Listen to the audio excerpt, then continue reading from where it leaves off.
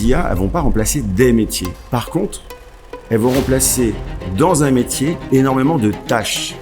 Et là où ça va être intéressant pour un marketeur, par exemple, ça va être sa capacité à découper son activité professionnelle en différentes tâches. Bonjour messieurs, dames. Alors, bienvenue dans les podcasts du TMC qui vont être sur la plateforme TMC 365.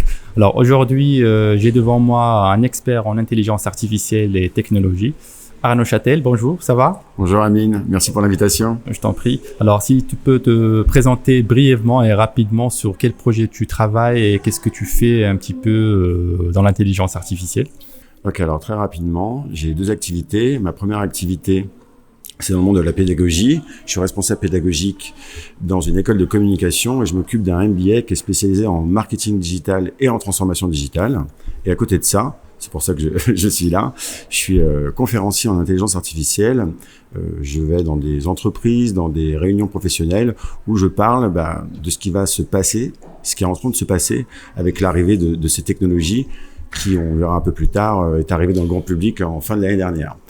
Et comment juste finis là-dessus, sur quoi je travaille, je m'occupe de former les futurs marketeurs et communicants à l'utilisation de ces outils. Parfait. Alors, ça, c'est vraiment très intéressant. C'est aussi quelque chose qui est peut-être futuriste, d'accord? Mais si on peut juste identifier rapidement, c'est quoi l'intelligence artificielle? Alors, en fait, t'as plein de définitions de l'intelligence artificielle. Moi, j'ai pour habitude d'en donner une qui est très terre à terre.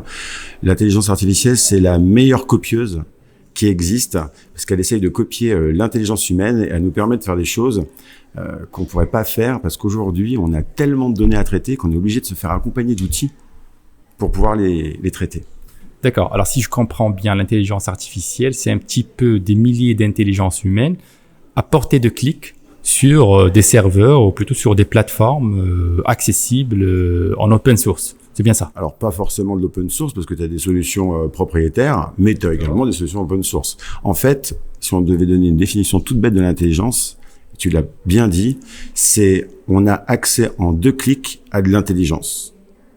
Contrairement à avant, ou même actuellement, pour avoir de l'intelligence de l'entreprise, on doit former des salariés, les embaucher et profiter des compétences, du savoir qu'ils ont. Là, tu te connectes et en 2 clics, tu as les meilleurs experts du monde à porter. D'accord. Alors, tout ça, c'est très intéressant. Maintenant, j'aimerais juste comprendre comment ces technologies génératives de l'intelligence artificielle peuvent-elles compléter ou peut-être améliorer les aspects créatifs dans le secteur marketing et de la communication? Et aussi, est-ce qu'elle pourrait remplacer carrément la ressource humaine? Alors, c'est une bonne question, puis c'est un sujet qui fait débat en ce moment. Alors moi, je suis plutôt optimiste de nature. Je vais pas te dire que l'intelligence artificielle générative va totalement rayer de la carte l'être humain.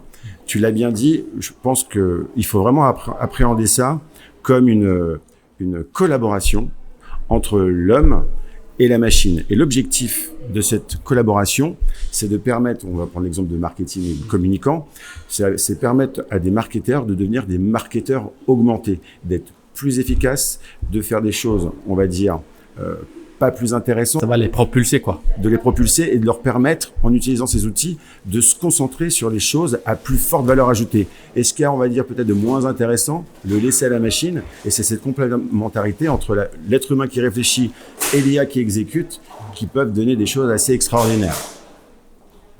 Et pour répondre à ta deuxième question, est-ce que ça va remplacer l'humain? Non, il va y avoir des modifications. Certainement. Ça, c'est évident. À chaque saut technologique, il y a des métiers qui disparaissent, il y en a d'autres qui se transforment et il y en a d'autres qui se créent. Et c'est exactement le même cycle qu'on est en train de vivre. D'accord. OK. Alors, deuxième question. De quelle manière les professionnels du marketing et de la com, de façon générale, peuvent-ils s'adapter à l'évolution des outils génératifs de l'IA et aussi de rester innovants et compétitifs? Je pense qu'il faut vraiment avoir cet état d'esprit-là pour les marketeurs et les communicants, c'est qu'il faut qu'ils testent. Il faut qu'ils mettent, pardon de l'expression, mais qu'ils mettent les mains dans le cambouis pour identifier et appliquer les possibilités qu'offrent ces outils. Je te donne quelques exemples pour illustrer. Dans le monde des agences de com, on fait beaucoup de création. création graphique, création vidéo, bref, peu importe, de la création. Ça donne pas un fin de projet, c'est des créations qui partent. Exactement. Et on perd beaucoup de temps. Et ce temps de création, il est long. Il est long, voilà. Là, avec ces outils-là, on peut arriver à des résultats peut-être même meilleurs, mais plutôt que de passer, je te donne un exemple en chiffres, comme ça parlera à tout le monde, plutôt que de passer 4 jours pour une création, on va y passer 2 heures.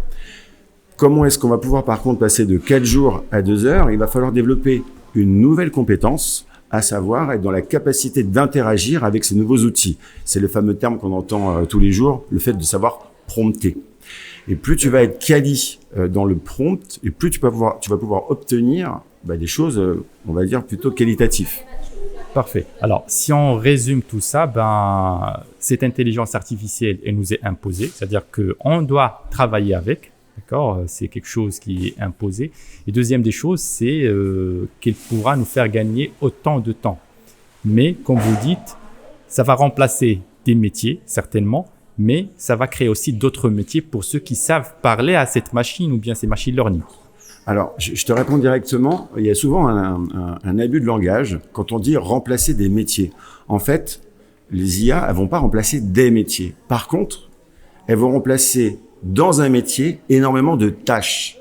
Et là où ça va être intéressant pour un marketeur, par exemple, ça va être sa capacité à découper son activité professionnelle en différentes tâches.